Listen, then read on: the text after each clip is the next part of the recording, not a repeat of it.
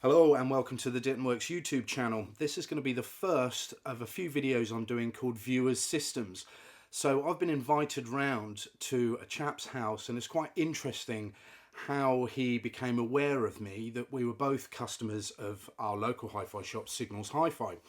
And if I've got the story correct, I believe he emailed Signals asking them whether he should be listening to me and did I know what I was talking about. So let's see if we can find out the answer to that question. So, Dr. Chris Wiltshire, is it true that you messaged Signals Hi-Fi to see if I knew what I was talking about? No. Oh, really? Yes, So yes, it was. I don't know how these things work, but I mean, I just happened to look while I was sort Scrolling through YouTube? you might say, yes, it's a disease, a terrible disease. Isn't it? I did. I did, and I thought, spoke to my special friends at Signals.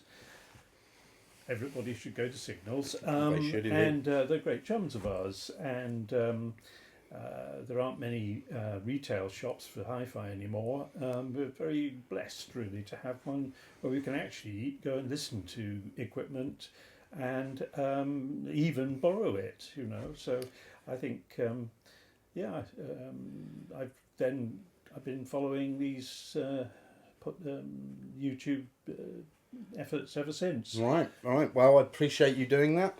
But when we got in contact with each other, there was an absolutely uncanny story here. So one of the other hi-fi shops in Ipswich, sadly long gone now, was Eastern Audio. Yeah. And several of my friends, Chris Wright in America, who lives in America now, he often went to Eastern Audio.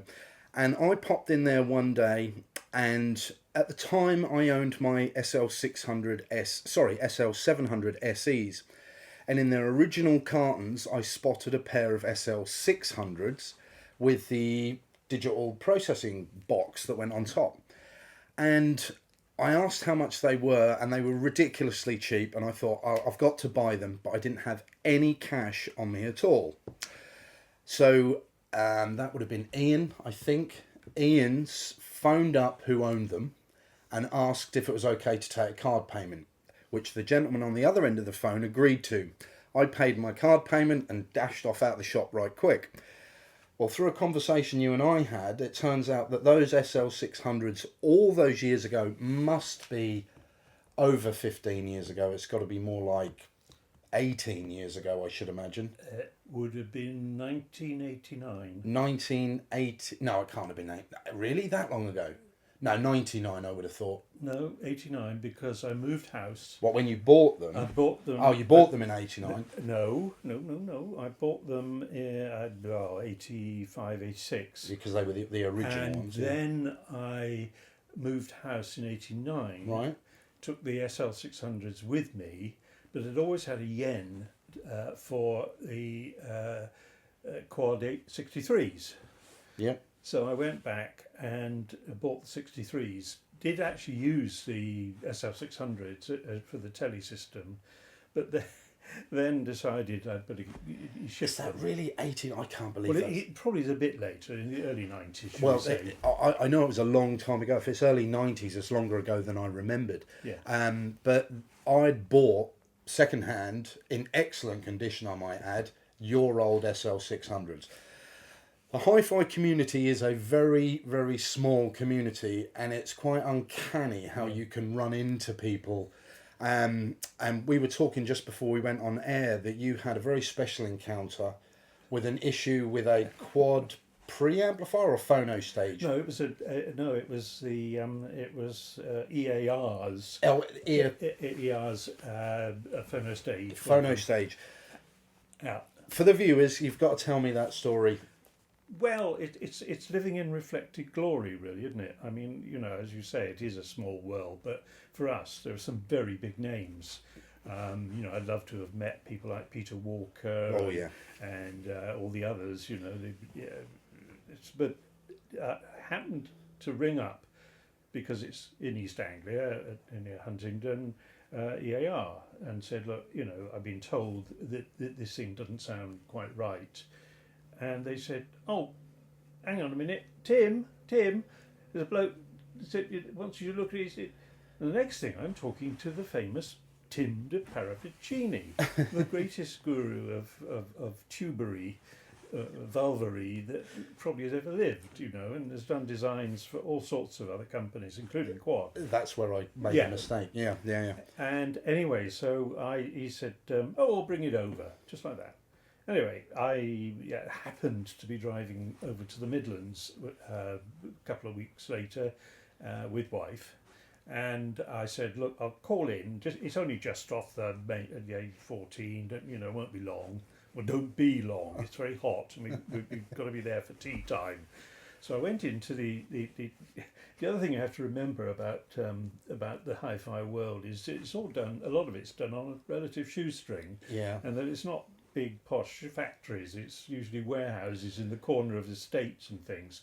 And even Quad at IAG have got a really sort of down market looking setup, you know. I mean, this is going to be relevant in a minute. I read an account from Alan Shaw of Harbeth. The first time he met Dudley Harwood was expecting this enormous factory running hundreds of pairs of speakers out, and described it as, I think his words were, quite a broken man sitting in, for want of a better word, a shed. So yes, you're quite right that sometimes your expectations of this fantastic manufacturer of hi-fi goods isn't the big factory you expected. Yes, I mean, there's all these amazing geniuses, really. But as I arrive at this godforsaken estate in the middle of nowhere On a hot day. on a very hot day, and I park the car in an almost empty car park, thinking I've come to the wrong place. I walk in through the back door and there's nobody about, and then eventually I hear voices. So I go into a room and there's some people doing what the Americans call soldering, which I gather is the correct pronunciation, but anyway. And I said, "Look, I've got, is somebody going to look at it?" And they said, Tim. And I thought, there he is, that's the man with beard and everything. So we have a little bit of a chat, and he said, "Yeah, I'll get one." And he handed it to one of his unearthlings, and who stuck it on a meter and all did the rest. And he said, "Come on, sir, I'll need a ciggy." So we stood in the car park outside in this blazing sunshine with the one car containing my grumpy wife, who was looking daggers at me. And something like an hour and a half later, I finally disengaged. Oh dear! Anyway, the phono stage was deemed to be perfect and no problem. I had my chat. I can remember very little of it, but I kept thinking people would pay to spend time with this man. Yeah. It's so sad. Like a lot of them now, he's dead and gone, and I guess it's the same with a lot of characters. I'm afraid it is. I mean, we've lost some big names recently. Obviously, Max Townsend, Stuart Tyler of Proac. That's just to name a few. It happens with everything. It does, but I think because the hi-fi community is so small, it really does have quite an impact. Obviously, recently, Croft. Croft. He's passed away. Has he? I didn't know that. Yeah, he has. Yeah. My friend Matt O'Donoghue informed me of that the other day, so that's very sad news as well. Okay, so what we're going to do, I mean, first of all, thank you so much for inviting me round here. It's incredible. So what we'll do is, in a minute, we'll turn the camera around and we'll just have a roll through some of the equipment that Chris has got here, because I think you guys are going to be fascinated with this. I'm fascinated just looking around the room. There's several sets of speakers. Some I've owned, but some I've been dying to hear because I've never heard them before, and some I haven't heard for many, many years. Okay, we'll move the camera and have a look at some of this equipment. So what have we got here, Chris? Right, well, as you can see, we've got a little brood of turntables, those quaint things which almost were thought to have gone out of fashion a few years ago. But this is part of my life in audiophilia nervosa. Straight in front of us here is a Garrard 401, dating from 1971. I bought in Tottenham Court Road when that was the place to go. Oh, I remember Tottenham Court Road. You could go down there and it was a paradise of grubby little shops selling wonderful stuff. And this used to have the standard SME 3009 Mark II with a V15.2 on it, but it hasn't now. I've rebuilt it. It's in a new solid, or a relatively new solid plinth. It's got a Nottingham analog arm on it, the Anna, and at the moment it's got a Delos, a Lyra Delos lurking on the end of it. That one I'm going to be taking apart and servicing because its speed is running. Now just down here, if we go down here, there's 2 power supplies for each of the Garrards, and they were built for me by Dr. Bastin. Wow. Another famous person I have met, who I've got quite friendly with, who has built these things. Dr. Bastin was one of the people who helped the revival of interest in the Garrards and the idler wheels, which he always reckoned were nothing wrong with idler wheels, it was just the way they were implemented, and therefore he's getting on a bit now, but his influence is still felt. Now, if we move on to the 301, now this is real history, because this one was my father-in-law's, who bought his first system from Messrs. Bowers and Wilkins when they had a shop. Wow. So John Bowers. Yeah, and at that time they were retail.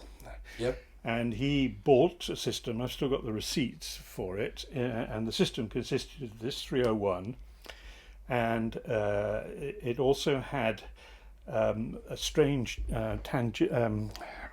parallelogram type arm, whose name I forget at the moment. It was all bits of Bakelite and tubing, and it was attached to a single quad speaker. At the time, 55 guineas. 55 guineas for the speaker, yes. And anyway, so and quad amplification, a mono one, and that's when I first appeared on the scene and married his daughter. And the greatest contribution was I eventually got hold of the 301. Anyway, I've rebuilt the 301. I got it a friend to make me a plinth, which he's done very nicely here, as you see, with a nice maple top. I'm a huge fan of maple. I think that's a beautiful wood. And it's sitting on a wingy plinth. And we had a conversation about this. So wing or wingy. Now I've always pronounced that whinge, so that I've been saying it wrong. You might be right. No, I'm going to bow to your superior intellect on this. And that's another plinth which he made for me, which is set up for an Audio Technica and a Nottingham analog in it. Wow. So that's for the 301. Okay. Now, what have we got here? We've got an SME Series 5, and which is an amazing thing, really, considering how long ago it was designed and made. The cartridge is a Goldring Ethos, which is the latest of their high-end cartridges, and I think it's one of the best cartridges I've ever heard. That one came from Signals, and it's one of the few cartridges that has, as far as I can tell, no character of its own. It tells you precisely what's on the record, and no less, no more. That's got to be something of a rarity in the cartridge world. Yeah, it's without ego, shall we say? That's a good way of putting it. Yeah. And it works very well in the SME. Fantastic. Right. Now moving on now down to here. this one. This is squat down a little bit. This is another one that I bought in 1970 as my first replacement for a Garrard SP25 Mark II, which everybody used to start with. It was kind of started for those who were beginning to get interested in hi-fi, but it was a crappy thing in my opinion. I didn't like it very much, and the Goldring series was beginning to make a name for itself. So I bought this GL75 and used it for a number of years until I replaced it with the 401 that you've just seen. Mm-hmm. My brother-in-law bought it from me and then butchered it somewhat for his own purposes, and then I bought it back from him about 10 years ago. And saved it. And saved it, rebuilt it, and fitted it into this very heavy birch ply plinth that I made, Which is dead as a doornail. incredibly dead. The arm is a Groove Master, which is made in Holland, I think, and the other arm is a Gelco. Gelco have gone out of business, or they're not making arms anymore. I've added these little adjusters that you can adjust the height Vertical tracking angle. with a vernier scale, Right. and they're made by a chap whose name escapes me completely at the That's moment. But he Now, I've seen these. I thought about one of these for myself. I haven't got a vintage turntable like this, but I quite like the idea of that. How have you got on with these? They are remarkable. I mean, they are very direct, very honest. I found they track perfectly reasonably. Mm-hmm. I mean, given the fact that they got very low compliance and so on. I've got a mono one there, and that one is an elliptical one, which is in the sort of mid-upper range. But they're damn good value for money, to be honest, I think. I quite like Autofon. I'm using a 2M black, and Yeah. I have no problems with Well, I'm that. sure you'd enjoy these. Yeah, I'm As I sure I say, would. I mean, the technology is unchanged, really. Yeah. But it's the directness and the sort of straight upness, and it fits well with idler turntables. Shall we just have a quick look at some things that I can see hidden The down things, here? yes. So Oh, I spotted Radford. that, a Radford. Yeah, that's a Radford Revival that I bought from Emporium Hi-Fi. Up Oh, at Nick. Bungay. Yes. Dear old Nick. Yes, Yeah. he sold me that one. And it's tubes, but without the old tube sound. They're very direct and honest, and they produce enough power to power all the amplifiers that Yeah. speakers I've used. Yeah. And I also spotted this. Now, this is something I had considered myself.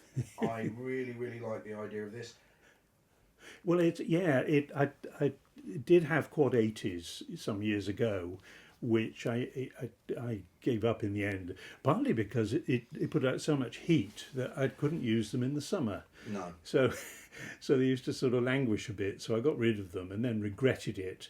And I thought, well, I'll get some old Quad 2s like you do, and But then I thought, well, why do that when there is modern electronics in these, and they're said to be pretty much as was. So this one appeared on eBay fairly recently at a decent price. It's the classic integrated, and it is a very reasonably modern sounding speaker. It's got plenty of amplifier. It's got plenty of drive, and you wouldn't pass it as tubey. So in your main setup, I've spotted a Luxman by the looks of it here. Yeah, the Lux person.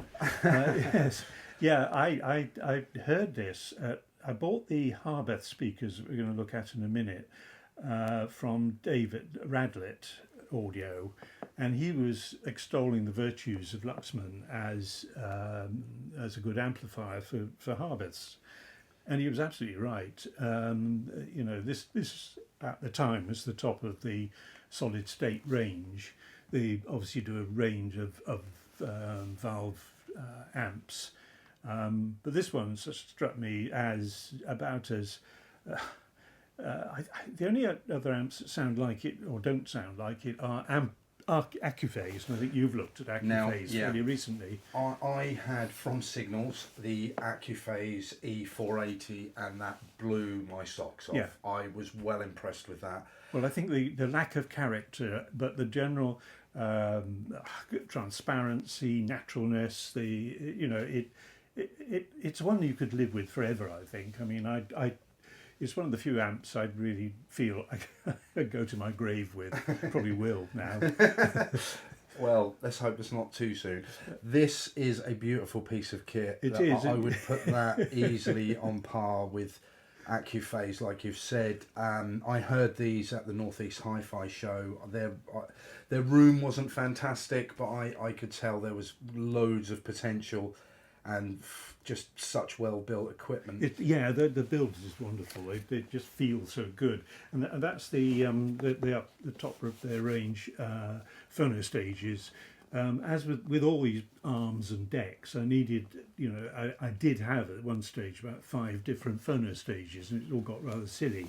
So I got rid of all of those and coalesced them into this one. So I've got 3 of the cartridges running into this one. So you've got an amazing amount of switchability, yes, adjustability, and there's a very good phono stage in the built into the this. integrated. Yeah. Yes, yeah. And so I can run 4, which I can switch from one to another. Were they optional on the Luxman like they are on the? That's just there. No, You've just got you it. get that. Yeah. And it's a good one. Yeah. So moving down here. Oh, yes. I've always been a fan of the idea of the idea anyway of reconstituting the power supply, the waveform of the incoming signal. I don't like the thought of conditioners or filters. It doesn't seem the right way to go to me. I can't say that any objective view on the matter, but it just doesn't conceptually. But when PS Audio came up with a range of these early on, I didn't buy into them because they were great massive things with limited power capability. But I've now had 2 of these, and this is the P5, which itself is now getting a bit long in the tooth. And all I can say is that it's one of those things that if it's out of the system and going straight from the mains, the whole system seems to die slightly. Oh, that is interesting. It's extraordinary, really. It's just an idea. The whole idea that you're getting a reconstitute, and it cuts down on what little.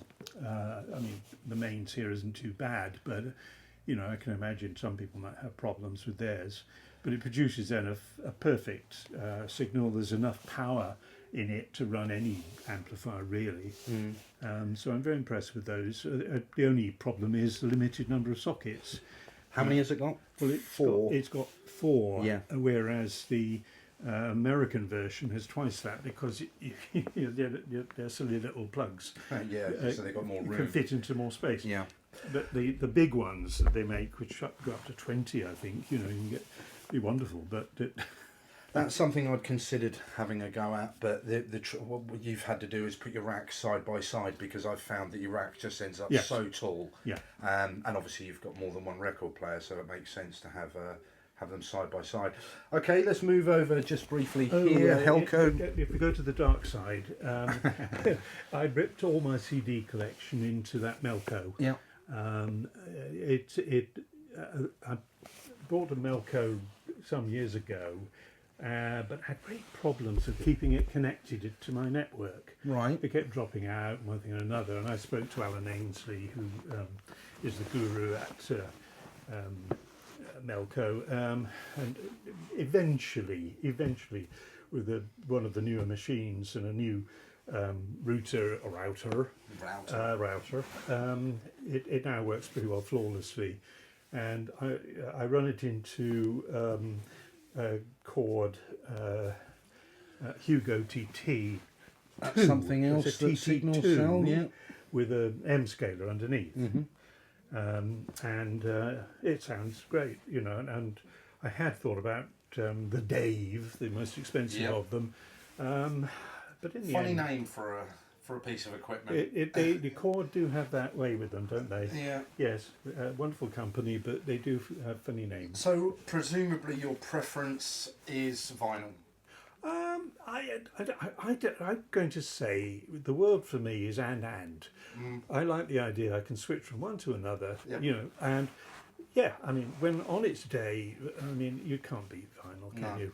And if you've got it well set up, then surface problems don't impinge, And I'm often asked this, and I'll be completely honest, that if I'm going to sit down and properly listen to some music, it's vinyl. Yes. If I'm going to try and find some new music, it's streaming. Yeah. And if it's something obscure that I've only got on CD, then I'll have to play it on CD. That's a very important point, and I think it's all part of the ritual.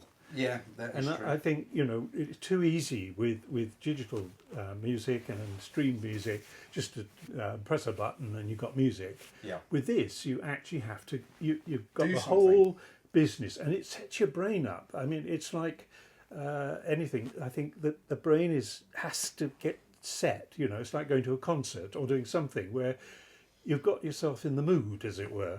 Whereas, you know, if you just put something on, you talk through it, you know, we'll do it. But a record is an event. That is exactly right. That is exactly how I describe it. Right, believe it or not, we've spent 15 minutes talking about this. Oh, so dear. what we need to do Oh, dear. is switch the camera around and talk about the things that I really love. Not that I don't love any of this. This is all fantastic. Absolutely fantastic. And I can't wait to hear it, which I am going to have the pleasure of very shortly. But let me stop it here. We'll switch the camera around and then we can have a look at what I'm dying to hear. Okay, so I haven't heard a pair of these for a long time. Several of my friends are massive fans of the Quad 57, not called the ESL 57 originally, just the Quad 57. And you have a beautiful condition set. When and where did you acquire these? Long story again. I'm afraid there's a biography attached to all of these things. I learned to love these with father-in-law. As I mentioned earlier, he had a pair eventually from Bowers and Wilkins, which his wife hated because they took up so much of the floor. I helped him to fit them up to the ceiling. We turned them upside down and had them pointing down from the ceiling in the corners, which gave some bass reinforcement. I don't think it was the best way to do it, but he seemed to be happy. Anyway, I didn't hear them. Eventually, I've just got to ask. That's zero wife acceptance factor. Oh, total. I mean, people would come in and say, "Oh, you've got funny heaters." You know, it was, you know, these are not easy to place in most modern homes. Unfortunately, that has been the factor that has kept them away from my setup. I just couldn't house them. I just couldn't do it. If I move to a bigger place, they'll be one of the first things that find their way into my system, because I'm a huge fan of 57s. I think, if I remember rightly, the concept idea for these started with a toasted cheese sandwich. Yes. I'll save that story for another day, or people can look it up, but I believe that is true. But they were talked of at the time, and we're talking about the early 50s, as you know, this miracle that Peter Walker invented, really. And you know, he was much less precious about them, I think, than people have become, because somebody said to him, "Well, what stand should they be on?" He said, "Oh, a couple of beer crates will do it usually." but the point about these is that I then, because I went over to the 63s and subsequently to the 2805s, and then one day I saw some of these on eBay, or and I bought them. And my son collected them from somewhere down in the West Country and brought them back, and they were all right. But I thought, you know, they hadn't been touched and they were of some age, so I got one thing at Coventry to do them up. And they do a service where they, if necessary, renew the panels or have them remembraned. But actually, they were in good condition, so they gave them a general once over. That was about 10 years ago. Right. Subsequently, I have changed a bit some of the electronics, again supplied by one thing, and I would imagine, I always reckon that they are to the sports car world, the Morgan. Well, yeah, that's a good analogy. You know, where you know they're not to everyone's taste. They can be fairly hard work to get right. But once you've got your ear in and you can understand what they're about, they're very difficult to listen to anything else. That's quite true. Do you? Yeah, quite true. I would completely agree with that. Somebody calls them, you know, almost like they're like earphones or headphones. Yeah. I mean, they've got a very narrow dispersion pattern. Yes. They don't have enormous bass. They do bass. That's a myth that they don't do bass. But you're right. Once you've got them dialed in, it's very difficult to go back to something else. It really, or you have to have something very special to switch to. Incidentally, one of my friends who I know loves his pair, he's got a pair of Jim Teals and a pair of Celestian Kingstons, so his choice is very good, as is yours. Let's move on to what you're leaning up against there. Harbeth, yes. I mean, I'm still not sure why I've got them. I think it was the story that I liked. Right. I mean, the whole BBC story, the whole way that Harbeth came about, how Alan Shaw took over, and he's a great publicist, is Alan Shaw. He is indeed. Not to everyone's taste, but people do seem to, I think quite highly of him. And his whole ethos, which was that he uses the human voice to create. He does indeed, but I have found out he's not actually the only person who does that. He loves claiming that. Yeah. But Derek Hughes does that yes, as well, and he uses his father's voice, Spencer Hughes, recorded in an aechoic chamber. Yeah. So he's borrowed that somewhat, and it's a good way of doing it. His words are, if you get the voice right, all the rest will fall into place. Well, I agree with that. I mean, to me, one of the big problems of Deming stuff or shows is being presented with spectacular sounding music, but which is not recorded naturally. And so I don't know what is the recording and what is the speaker. Exactly. So somebody says, well, what's the character of a speaker? I want to know what normal sounds like, whether it's musical instruments, whether it's voices or anything else. Yep. But I think anyone who, as you say, we all know what a voice sounds like. Yeah. Most people know what a piano sounds like. Yeah. But as soon as you start producing processed music to listen to, I'm not saying that you shouldn't listen to it for pleasure and all the rest, but in assessing equipment, then I think I would much prefer to know that the equipment itself is, shall we say, neutral to begin with, not boring, but not imposing itself. See, you'd always run the risk of this accuracy, which in inverted commas is a very difficult thing to actually attribute to a loudspeaker. I'm a big fan of musicality, that if a speaker is very musical, it might not be that accurate, but it's pleasurable to listen to. And you're always going to have a divided camp. You're going to have divided camps over this between accuracy, musicality, what sounds realistic. I've heard horns, big horns playing, with such a few watts, at a deafening level. Yeah. And with the right kind of music, they're unbelievably impressive. Yeah. And I can understand why people would like them, but I can't pretend for a moment that but they fitted well with the musical material. Yes. But I think that their versatility is going to be somewhat. That's it. I mean, the beauty of the setup I've got is I've got a range of speakers here, depending on mood. It sounds mad. As have I. I have to admit to that on camera. It's a terrible thing. It is. So they are the monitor. They're the 40.2s. 40.2s, and they are big. And they're heavy and they're big. So running on what look like something solid stands. They are something solid stands. Open frame stands, which is essential for a lossy cabinet. Well, they were more or less sold with it. He more or less insisted that they go on those. And the same as me, you're running isoacoustics. They must be Gaia 2s. Yes. Yeah, because they're heavy. They'll be bigger than mine. I'm running Gaia 3s. They've also got little shoes on them because they're carpet grippers. They're carpet grippers because otherwise they'd be sitting on soft carpet. Yeah. Goodness knows whether they make any difference, but they sounded good. I bet they do. They do. Right, so moving slightly further back onto the desk here, let me just move the microphone. So these are the Kef LS50s. Now, I had a pair of these. I was so excited to get them, and I felt they didn't compete, or they weren't better enough for me to get rid of my SL700 SEs. And I've always wondered, had I made a mistake? Because the reviews, everybody seems to love these, and the Meta it receives incredible reviews. So what is your take on the LS50? I think they are very good, very decent speakers. I have to confess, they haven't been part of my main system on a regular basis, so I've not really subjected them to the critical listening that I've done with the other things. But they're just very listenable. I can see that some people might, I've heard stories of them being too bright or too this or that.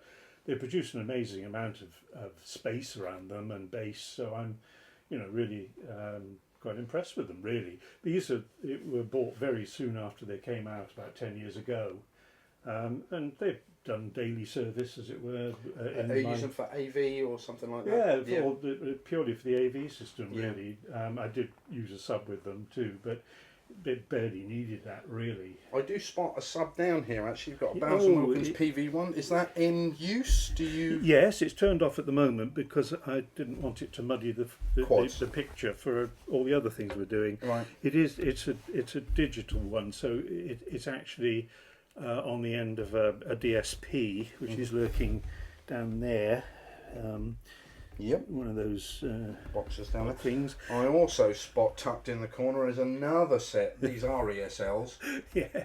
And what ones are those? Oh, they're the 2805s, which, in all honesty, when on song, I think are better, to me, are better day-to-day listening than the 57s and also the 63s, which I used to have.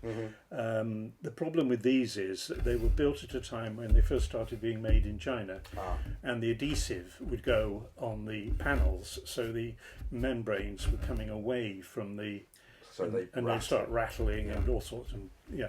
Anyway, so this one over here was rebuilt by Chord, and then I realised just how little they were worth. Right. And the thought of spending another 600 quid on the other one. So I got in touch with a very nice Australian gentleman near Perth. And he sold me a kit, which I then spent nearly a year rebuilding these. They're not easy to work on. My hat's off to you for tackling that. They're very difficult. Well, he's very good. He sells you everything you need, really, including the mylar and all the other bits and film and all the rest of it, and even down to a spring gauge to be able to get the tension right. Wow. And the glues and everything else. But goodness, it's hard work. Yeah, you need a lot of space around you. Yeah, the dining room was somewhat taken up. Oh dear. That's the story of my life. That is, dinner's ready, and I'm like, oh dear. But it was lockdown, you see, so that was good. Yeah. So it gave me something to do, and also the electronics. He recommended changing some of the electronics. He updated them, and they were fine. Now this one has gone quiet-ish. It works, but there's still the output's not quite right. Right. And at the moment, haven't got the will or the energy to I don't blame you. Which is sad. I mean, I hate having things that don't work, but this is one of the problems with electrostatics. They can be high maintenance. Again, it's a little bit like a car analogy that a good classic car, even a Morgan, is going to be very unreliable. Yeah. You're going to be tweaking it. A classic motorbike's a better example. Oh, yes, a vintage British motorbike, always needing work, twinkling. Which is fine. But when it is working, it's beautiful. Yeah. And when things you've had to work for are always much better than things you just switch on. That's right, exactly. Right, shall we sit back and have a listen to some music, and then we'll have a chat together and sort of conclude this. So, Chris, I've got to say absolutely thank you so much for giving us a tour around your wonderful setup, this wonderful room that sounds phenomenal. We've just listened to the quads. That was a joy for me. I haven't heard a pair of quad 57s for a long time. We then switched to the Harbeths, which I was just beautiful sounding loudspeakers, a million miles away from my Harbeth Compact 7s, which I wasn't a massive fan of. I was expecting not to actually like your Harbeths, but I did. But it's interesting switching between those two very different styles of loudspeakers. That the quads, particularly on the drum, on the percussion side of things, I think you said the immediacy to everything with the quads was just stunning. You really felt like you were there. Very, very impressive, considering they're a very, very old design and not really been improved upon that much in all these years. And then switching to the, your traditional box speaker with the Harbeths. Obviously, lots more low end and very different sound, very musical. I actually found myself tapping my feet more on the Harbeth, probably with that extended low end, but I did feel more drawn in by the quads. What's your take on? I mean, they're your speakers. What do you normally? Well, to me, from the moment I heard them, and the synergy they have with the Luxman amp, is that they're they're one to die to. You know, they're what's the term used these days? Is you know, in other words, it's a keeper. Yeah. I mean, I feel no desire to get rid of them as my day-to-day, everyday. And this is the Harbeth you're talking All-purpose about. Harbeths. Yeah, Yes. yeah. That anything you play, whatever it is, sounds right on it. Yeah. And what you're getting is entirely dependent on the quality of the recording and all the rest of it. Yeah. That said, I mean, I have the luxury of being able to play around with the quads and other speakers to get a different perspective. And all right, you can call it a bit nerdy and all the rest of it. Oh, so it's good fun, is what it's actually called. But it's good fun, Yeah. you know. And as our old friends at Eastern Audio used to say, he with most toys wins. That was a sticker they had on the sticker till. on the wall. Yes, it Yeah. did. Now, you know, to me, that's my kind of person, really. That you know, it's best to abandon logic when you're dealing with all this. You know, when my wife says to me, "Oh, what do you want another one of them?" And I said, "Well, because I can." Yeah. You Yeah. know, No. and because I want it. And think of all the people who forewent the second helping of lemon meringue pie on the Titanic. Yeah. You know. No. Yeah. No. That's a good. That's Life's good. too short. It is indeed. You know, for not experiencing that which you want to. I mean, on that subject, tomorrow, a transcriptor's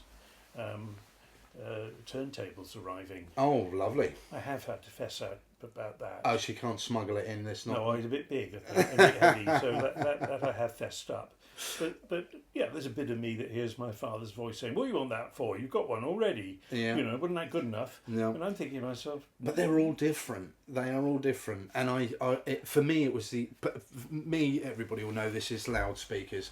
Once I've set my source up the way I want it to be, it's experimenting with loudspeakers, because I believe that's the most radical way you can change your setup. Yes. Once you're happy with those, you almost work backwards and fet all the rest. Well, this is what I've always said. I mean, Mr. Tiefenbaum at Lynn had this view years ago that, together with name, you know, that it's the source that's the crucial bit. That Right. you can never reconstitute that which you know, the sound, which is true. It's like computers, but the thing that you actually, as a human being, engage with Is and the the thing that loudspeakers. does it is the loudspeaker Yeah. or the headphone. Yeah. And therefore, if that isn't right, and you don't like it, or you know, you're working against it, then you're not going to enjoy it. No, that's right. And that is so personal and is so much a feature of your own upbringing, you know, what your expectations are, and also the room, you know, what's acceptable. I'm lucky in having a dedicated room, so I can muck around to my heart's content. Yeah, relatively I don't speaking. unfortunately have No, that. but when you've got to share it in a domestic space, Yeah. you have to take it, you know, it's all a compromise, isn't it? 100%. Even the loudspeaker design itself It's is a got to be. compromise. Yeah, it is. I mean, you know, people say, you know, the accuracy of a loudspeaker is, you know, in a way that is the worst item in the whole of the chain. Right. Even the cartridge, you know, Yeah, is doing better than the Yeah, speakers are. yeah. But who cares as long as what comes out of them sounds right. And And I may not like yours or whoever else it is, yeah, but who am I to say, you know? well, in the won't reverse get of that, I actually liked both sets of yours that I heard. So that there we go. Well, I don't think I'd invited you in if I hadn't seen the channel and realised that our tastes were not dissimilar. Yes, I certainly have a love for that BBC kind of sound that Yes. I not everybody is. Not everybody is. There's a lot of people I know who would prefer a far more accurate sound. And To me, I can understand that. You know, if you want to have the whatever it is dissected out into its individual components, and to tell everybody how fantastic your equipment is. Great, you know, that's your thing, but it's not mine. No. I listen to music Yeah. primarily. And that was what was the piece of music we listened to, incidentally? It's Chris Barber playing in a jazz band from 1971. Yeah, that was lovely. Which is a very nice acoustic recording studio, but it just sounds nice. Yeah, that was very, very good. You know, and the individual instruments, you can hear them. Definitely. And just to go back to the loudspeakers, again, because we used that track on both pieces, that the percussion work had just a greater separation to it through the quads, which doesn't mean that there's anything wrong with the Harbeths. It's just, for me, you were led by the drums. Yeah. And with the Harbeths, you weren't. You were led into the music by a different window. Well, I think the great thing about the quads is the tightness of the bass. Yeah. And as we said earlier, they don't lack bass. No. They give you plenty of usable bass. There's no point in having bass that goes down 8 so hertz far, or something. and it's just a great wodge of sound, which actually obscures the rest of it. And I've always been able to accept this, especially that I've spent a good portion of my life listening to LS35As, listening to very small 2A mini monitors that give quite a good impression of bass, but they certainly don't have huge amounts of bass.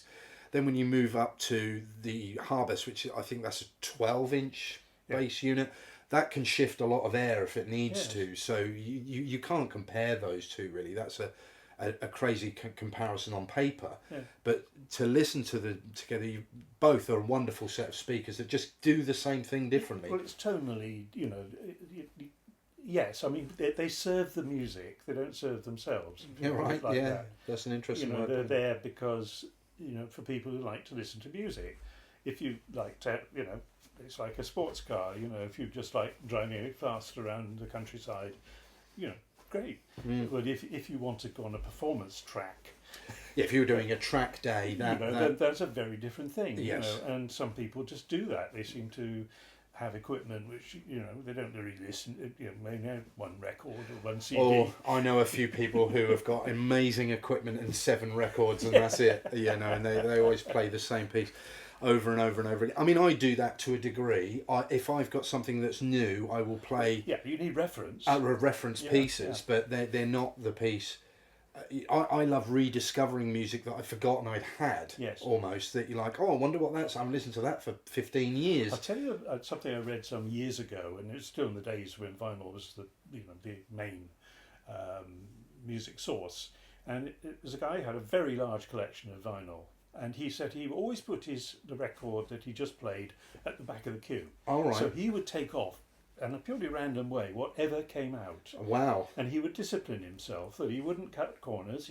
Whatever it was, he would listen to the next thing. No, that makes sense. And sure, you get some duds, but very often, as you say, you suddenly rediscover things. Yes, definitely. I was always an album person that.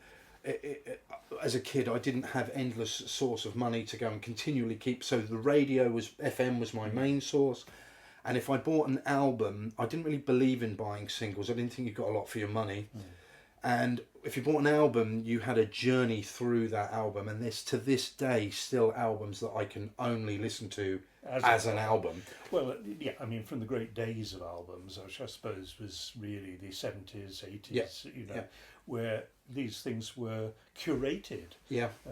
You know, that's what the Beatles probably started it with George Martin, but then afterwards all the others followed, Pink Floyd, whoever it is. You know, the whole thing was an experience. Definitely. And the order in which you played them and all the rest, in a way, is as good as individual items might be. They lose something out of the context 100%. of the total experience. Definitely. Which is why people talk about, you know, when most people talk about the album, the name of the album. Yeah, completely. They don't talk about the individual tracks necessarily. I swear, I don't want to write off all modern music, but there's certainly been an era of the album is now a collection of their most popular. It's almost the greatest hits. Yes. Each album. Yeah. You know, that I've heard this one on the radio, I've heard this one on the radio, I've heard that's a different one, and then all of a sudden that gains popularity and probably finds its way into the charts.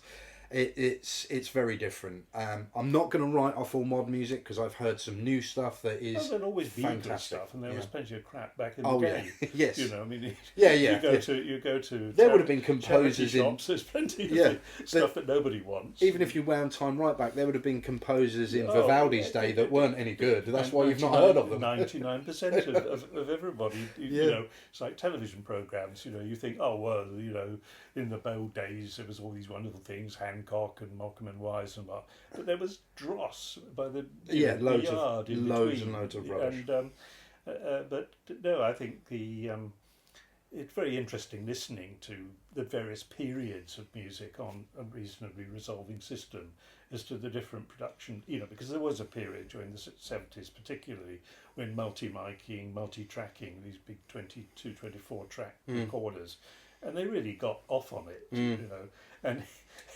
some of them are very spectacular, but equally they don't really make for good listening. Good listening. No, Ed Form, former technical director of Celestion, he actually posted recently on the Celestion page of an experience they had in Celestion's listening room with a Phil Collins track.